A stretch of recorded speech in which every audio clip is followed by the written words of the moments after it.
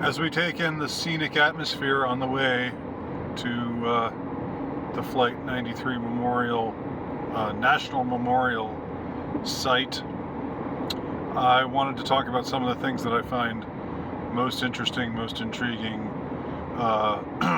most mystifying about this event.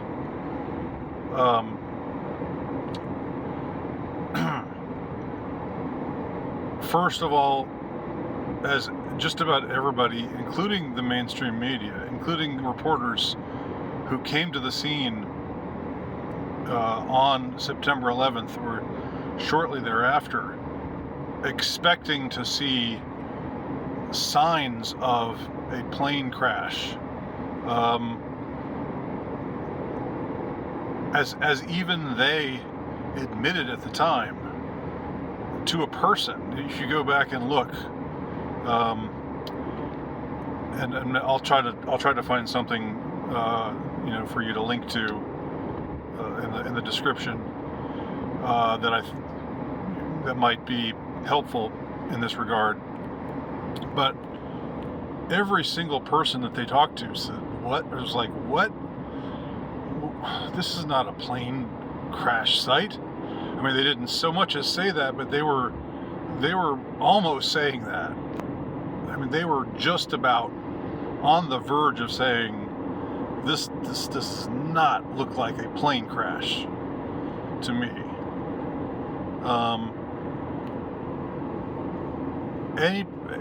Unlike every other plane crash, and with 9/11 there's anomaly after anomaly after anomaly, right?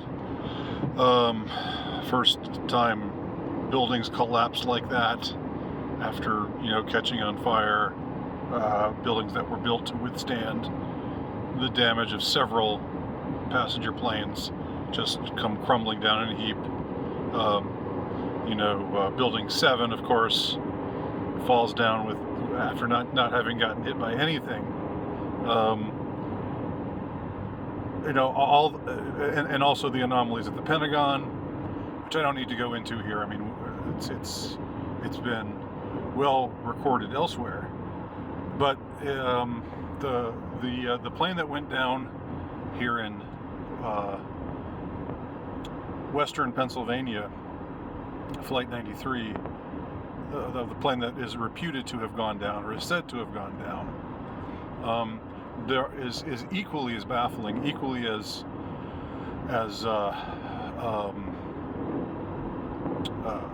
logic escaping. But nevertheless, they declare these things to be factual.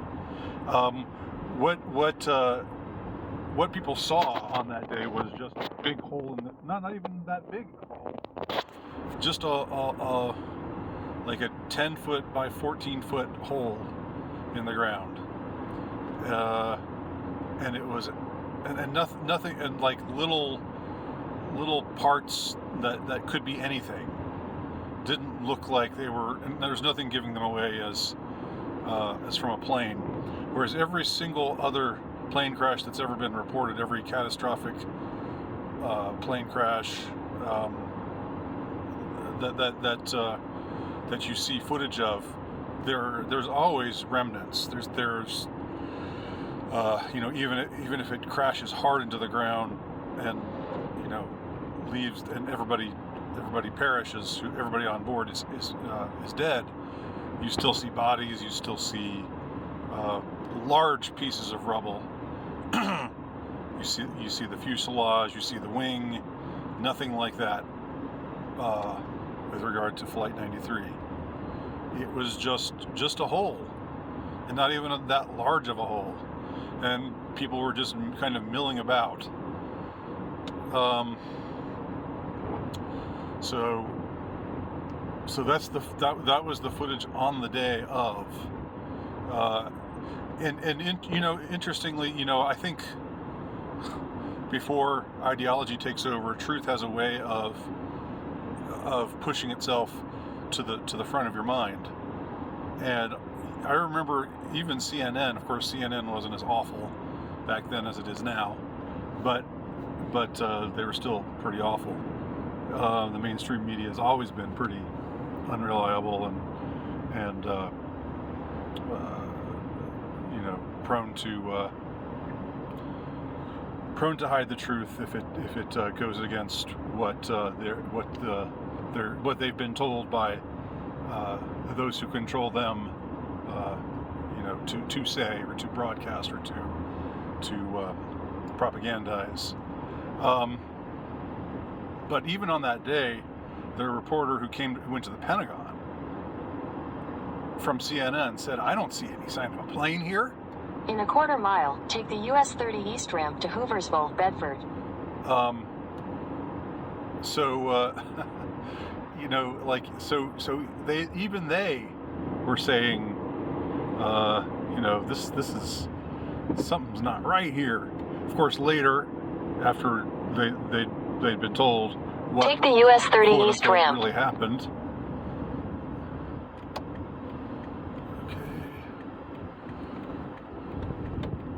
After they'd been told what quote unquote really happened. Continue on US 30 East for 4 miles.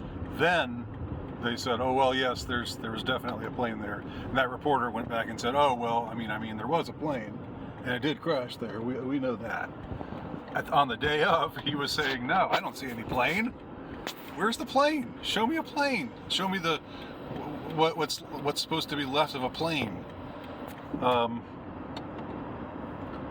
So that's the first interesting thing. The second interesting, there are many interesting things. I'm just going to detail a couple of them because, as you can hear, I've got to pay attention to the directions pretty soon. But I wanted y'all to see the countryside because it's beautiful. This is, you know, this is middle America. This is, you know, this is God-fearing country folk. You know, this is where they, and then of course this is also where the oxy scourge has hit most hard. Is places like this in West Virginia, which is not far. We're not far from the West Virginia border. So the second interesting thing involves a woman named Susan McElwaney. Susan McElwaney, I think that's how you say her name. She reported driving, you know, from her home in her van, and there's a recording of this, of her testimony, which she later reported to the FBI, and was met with doubt and incredulity and condescension by them, according to her. She was driving in her van, and all of a sudden this craft of unknown origin, she thought it was a plane, but it had no wings. It had it was making hardly any sound. It came right up behind her and basically barnstormed her. You know, flew right above her, and she said it was not that big, like maybe about the size of the van she was driving, if I'm remembering correctly. But it flew so close over her that she flew she ducked to the floor of her vehicle, and then she saw she saw the craft, whatever it was. Some would say a missile, some might say a drone. Drone technology was probably still around. Was probably around in 2001, and there were probably more advanced drone systems that were in place at the time than we were being told. But in any case, she said she saw this craft fly below the power lines and then bank and go up above the trees, and then make another sudden bank and crash. And where it crashed was the supposed site of the crash of Flight 93. Now, this is one woman's eyewitness testimony. You know, you could say she's lying. You could say that she was mistaken. That was what the FBI agents said. Well, you don't really know what Flight 93 looks like. Well, you don't know what a passenger plane looks like. And she said, she told them, don't be so condescending. She says she knew that if something that large flew that close to her, it would have knocked her off the road. And probably would have killed her. But this was something completely different. So what really crashed on that site that day?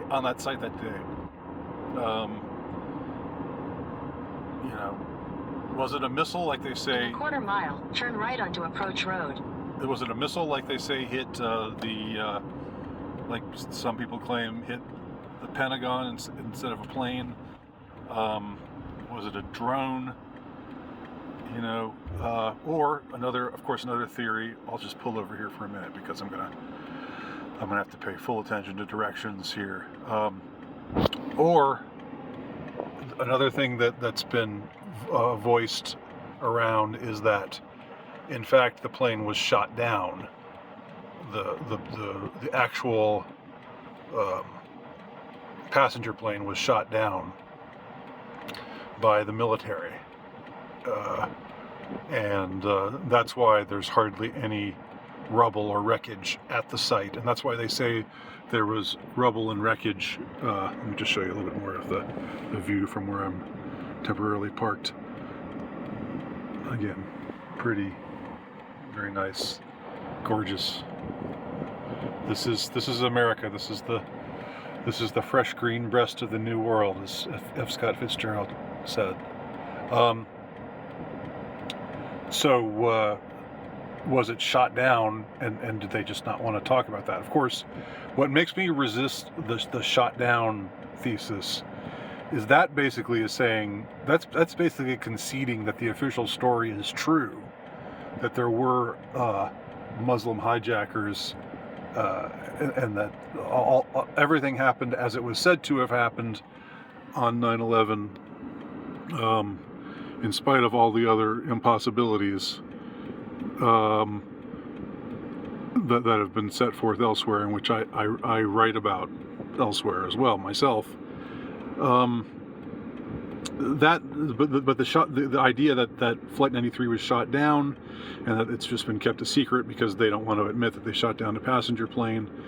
What makes me resistant of that theory is that again, this concedes too much to the official story, and that's what makes me wonder if that's like one of those, what do they call them? It's sort of like controlled opposition, but it's sort of it's like, here's something, let's put out there for the conspiracy crowd that actually gets them to affirm the main thing that we're trying to get the masses to believe.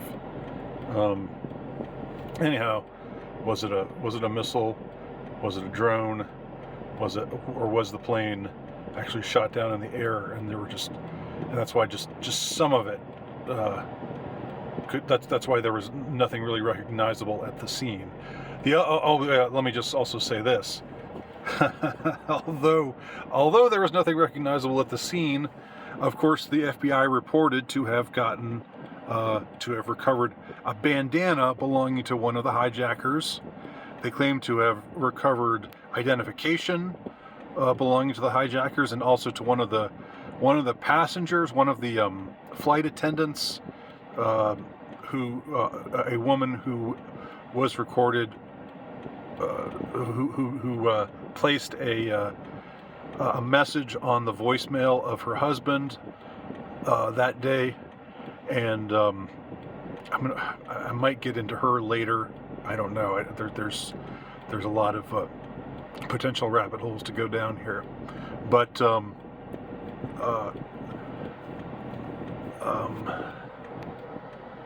they claim to have found. She became this sort of high-profile figure because of her voicemail message, which was supposedly, reportedly from the plane, and of course others claim to have gotten, or I don't want to put it that way. I think they did receive calls I'm not calling them liars, but who was actually on the other end of those calls, or what was actually going on the other end of those calls, is a different question entirely. But anyway, they claim to have found all this stuff, just like the passports that fell out of the plane at the World Trade Center, and were found by Bernard Carrick, the big Fed guy, the big Fed criminal.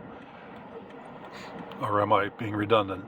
There were just these crazy impossibilities. Like, of course, the whole thing vaporized, but yet they found these objects at the scene that showed, the existence of these hijackers, these identifications of the hijackers, and the identification of one flight attendant who they were putting out in the media, whose last message was broadcast, whose sad last message to her husband was broadcast to the media. All right, I'll stop there. Next video will be at the site itself, so stay tuned for that.